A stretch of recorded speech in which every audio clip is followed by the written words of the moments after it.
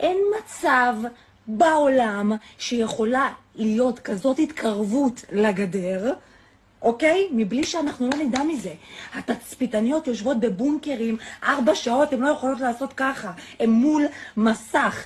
לא יכול להיות מצב, שום מצב, שהיו מעירים אותי בלילה על יונה.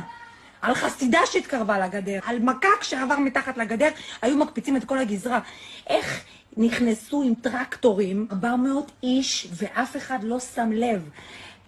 זה לא יכול לקרות, תבינו, זה היה התפקיד שלי במשך 2 זה לא יכול לקרות.